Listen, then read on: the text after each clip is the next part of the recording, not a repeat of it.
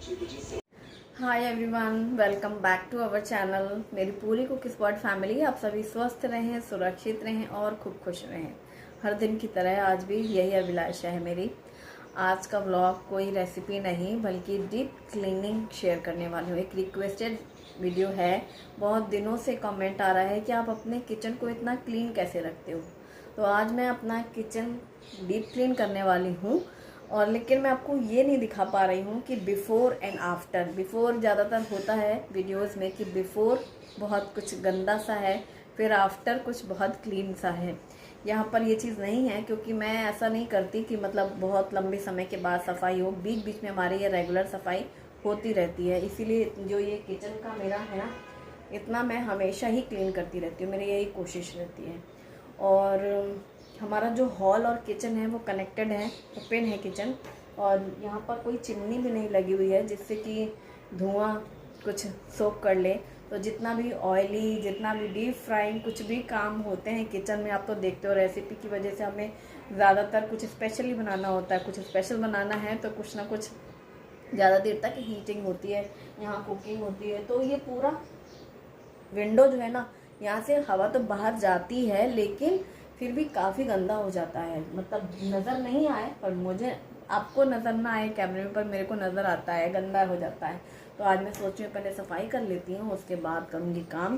तो सुबह मेरी चाय चाय पीने के बाद हम चाह से लोग अपने काम पे लगते हैं। मतलब चाय हमारा टॉनिक है, इसके बाद भिड़ेंगे हम। यहाँ से शुरू करूँगी मैं, और यहाँ ये पूरा, और फिर यहाँ से यहाँ आते हुए किचन का ये पूरा ये एरिया भी क्लीन करूँगी, क्योंकि इतना ही मेरे पूरा यूज़ में रहता है और कुछ ज़्यादा ही गंदा हो चुका है। और देखा ही होगा बीच में अभी मैं काफ़ी कहीं का बाहर चली गई, पुणे गई शुभी का एडमिशन के लिए, एक बार बीच में बांदा चली गई, और भी कहीं गए थे ना, हाँ लातूर गए थे हम, जब तुलजा भवानी माता मंदिर। और कहीं भी जाओ आओ तो आके तो वो कपड़े दिखाई देते हैं, और फिर घर के वही रूटीन वाले काम। तो मैंने एक्स्ट्रा सफाई कुछ नहीं की थी, बस आओ थोड़ी बहुत हल्की फुल्की डस्टिंग करी और यहाँ की काउंटर टॉप धुलाई करी, गैस नहलाया, और उसके बाद शुरू हो गए काम पे। मतलब डीप प्रॉपर क्लीन नहीं किया था ना, तो बहुत दिनों से था।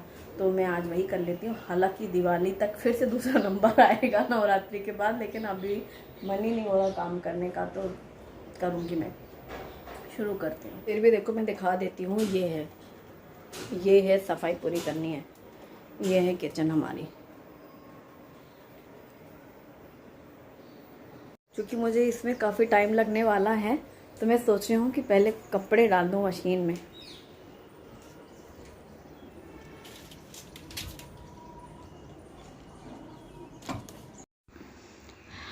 ये जो हमारी वॉशिंग मशीन है, ये फ्रंट लोड है, फुली ऑटोमेटिक है और बॉश की है। 8 kg की मशीन है ये, और करीब 2 साल होने को है। बिफोर लास्ट हमने दिवाली के टाइम पर ली थी ये, और तब से मैं रेगुलर इसमें ही कपड़े धुलती हूँ। एक बार में करीब 12 से 13 कपड़े तो डालती ही हूँ। और बस वही, जैसा कि लिक्विड डिटर्जेंट यूज़ करते हैं तो सर्फ एक्सेल, या फिर मैंने अब तक में एरियल यूज़ किया है। दोनों ही मुझे अच्छे लगते हैं, और दोनों ही साइड वही, एक में ज़्यादा और एक साइड कम, जैसे सर्फ डाला जाता है वैसे डाला है और लगा दिया कपड़े। क्योंकि अभी मुझे किचन क्लीनिंग में अच्छा खासा टाइम लगेगा, तो लॉन्ड्री क्लीनिंग और किचन क्लीनिंग दोनों एक साथ काम होंगे। बस एक फ़र्क है, एक का काम मशीन करने वाली और एक हमारे हाथ की मशीन से होगा। यहाँ कपड़े डाल दिए याद से, और इसीलिए जब भी मुझे कपड़े डालने होते हैं मशीन में, पहले से ही बैग में रेडी रखती हूँ कि जो मुझे कपड़े एक साथ मिल गए, 10-12 मिले कि सीधा शुरू। काउंटर टॉप डीप क्लीनिंग के लिए जितना भी काउंटर टॉप में मैं सामान रखती हूँ, तो सबसे पहले मुझे ईजी रहता है कि मुझे बार बार झुकना और बैठना ना पड़े, उठना बैठना ना पड़े। तो मैं सीधा डाइनिंग टेबल में ही रख देती हूँ। डाइनिंग टेबल का कवर भी मुझे चेंज करना है, इसीलिए मैंने पहले से सोचा कि अब वहाँ का सामान यहाँ रखूँगी, उसके बाद फिर टेबल का कवर भी चेंज करूँगी बाद में। पूरा काउंटर टॉप खाली। अब मैंने सूखे कपड़े से सारा कचरा साफ कर लिया है, और अब बारी है धुलाई की। तो डीप क्लीनिंग के लिए देखो, मैं वाइपर, लिक्विड जेल सोप, जिससे हम बर्तन साफ करते हैं, कोई भी डिश वॉशिंग वाला, और मेरा ये है गाला स्कॉच ब्राइट, इससे ही मैं टाइल्स वगैरह घिसती हूँ। और ये जितना भी है ना यहाँ का वो जो ऑयली है वो सारा इससे निकल जाता है। इसमें स्क्रब बहुत अच्छा रहता है। तो मैं इसके ऊपर चढ़ जा रही हूँ पहले। तो सबसे पहले यहाँ गाला का जो स्पॉन्ज है स्कॉच ब्राइट, इसमें मैंने लिया जेल और उसमें पानी डाला। फिर जैसे हम लोग बर्तन धुलते हैं वैसे ये ग्लास शेल्फ़ हमने अलग से लगाई हुई हैं। ये पहले लगी हुई नहीं थी जब हम इस घर पे आए। और हम ये बहुत इजी रहता है, स्क्रू से ये सपोर्ट देता है स्क्रू, और एंगल रहते हैं, वो पूरे ग्लासेस लग जाते हैं। यहाँ तक कि ये ग्लासेस निकाल करके भी क्लीन कर सकते हैं। पर मैं अक्सर ही फिर आलस आता है, एक बार निकालो फिर एक बार पूरे फिर फिक्स करो। तो ये ग्लासेस एक साथ ही पूरा घिस करके साफ़ करके सारी टाइल्स वो वॉल्स फ्रंट वाली वो पूरी क्लीन करके फिर मग से पानी डाल के इनका शाही स्नान करा देती हूँ। दीवार के साथ पूरी दरों दीवारें नहला देती हूँ। काउंटर टॉप तो घिसना ही है बाद में। पहले गैस स्टोव उसे पूरा ग्लास का है तो उसे पूरा साफ़ करती हूँ मैं। लेकिन ये गैस की धुलाई नहलाई वाला काम ये तो बीच बीच में भी चलता रहता है मेरा। और जब पूरा पानी फैल गया है ना तो वाइपर की हेल्प से पूरा क्लीन हो जाता है बहुत इजीली। सबसे अच्छी बात है कि यहाँ पर जो ये एल है इसमें बीडिंग लगी हुई है, बॉर्डर बीडिंग, इससे पानी बाहर नहीं आता। ज़्यादातर हम पहले देख चुके हैं 2-4 घरों में ना, उनमें पानी बाहर आ जाता था तो बड़ी दिक्कत होती, फिर नीचे का भी पूरा समेटना पड़ता था। आज मैं ये मिट्टी का घड़ा कैसे क्लीन करती हूँ ये भी दिखा रही हूँ। मुझे किसी ने पूछा था एक दिन। इसमें बहुत इजी है, ये जो सिलिकॉन के ब्रश आते हैं ना उनमें ही मैंने ये लिक्विड सोप डाल करके पानी डाल करके गीला हो गया, और फिर ये सिलिकॉन का ब्रश है, इसकी हेल्प से पूरा अंदर और बाहर मिट्टी के कोई भी तरीके के मटके होते हैं ना, ब्राउन वाले या फिर वो ब्लैक वाला, बहुत अच्छा क्लीन होता है प्रॉपर। और ये सिलिकॉन इसके जो ब्रशेस हैं ना सॉफ्ट हैं एकदम, तो स्क्रब नहीं करते हैं। तो 2 मटके रखती हूँ मैं, एक तो पीने वाला ये मिट्टी वाला और एक स्टील का छोटा सा कलसा जिसमें मैं किचन के लिए कुकिंग के लिए पानी स्टोर कर लेती हूँ। एक मतलब होना चाहिए ना, क्योंकि कभी भी टंकी में पानी गायब तो खाना बनाने के लिए फिर दिक्कत हो जाए इसलिए। अब चूँकि काउंटर टॉप पूरा क्लीन हो चुका है, ग्लास भी विंडो भी पूरी क्लीन हो चुकी है, जैसा अभी मैंने गैस स्टोव साफ़ किया था वैसे ही पूरा का पूरा विंडो भी साफ़ करने के बाद अब सिंक की बारी आती है। सिंक में जितना भी ऑर्गेनाइज़र रहता है वो सारा हटा करके पूरा क्लीन करके, और ये जो हमारा फ़िल्टर है वाटर फ़िल्टर, इसके नीचे जो एक ब्लैक पत्थर दिख रहा है छोटा सा, इस पे ही रखती हूँ मैं मिट्टी का मटका और कलसा ऐसे यहाँ। तो दोनों ही मटके मेरे साफ़ हो चुके हैं, ड्राई हो चुके हैं, और इन्हें मैंने यहाँ रख दिया। ये मुझे इजी हो जाता है, नल के नीचे भी टैप ऑन किया और भर जाते हैं। और ये मैं एक्सटेंशन लगाती हूँ यहाँ कॉर्नर में, जिसमें कि मुझे कुछ भी सामान रखना होता है ना, स्कॉच ब्राइट वगैरह रख सकती हूँ। और ये ऑर्गेनाइज़र है मेरा, सिंक ऑर्गेनाइज़र, जिसमें एक ब्रश रहता है, वाइपर रहता है और एक पुराना यूज्ड ब्रश रहता है। 2000 एक लो तार वाला भी ब्रश रहता है, कुछ जैसे क्लीन करना हो तो।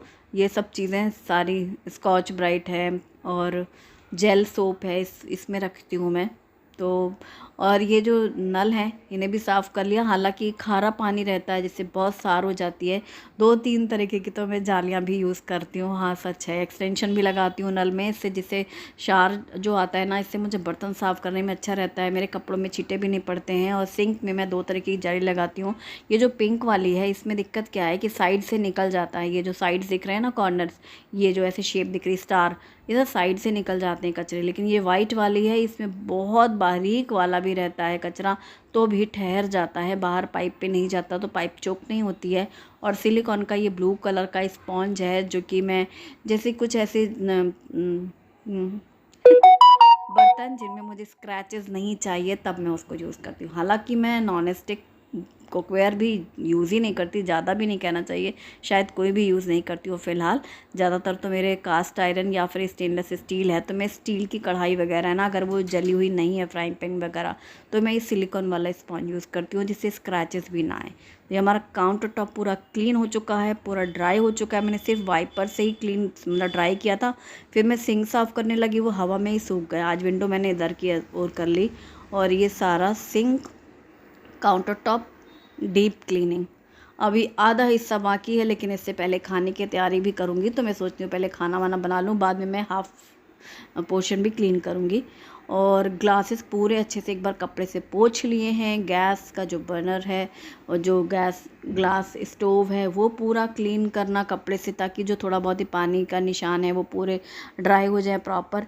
और ये जो शेल्फ है इनमें मैं क्या रखती हूँ, वैसे तो जो मेरे रेगुलर व्यूवर हैं उन्हें तो एक एक डब्बा पता होगा फिर भी बता रही हूँ मैं।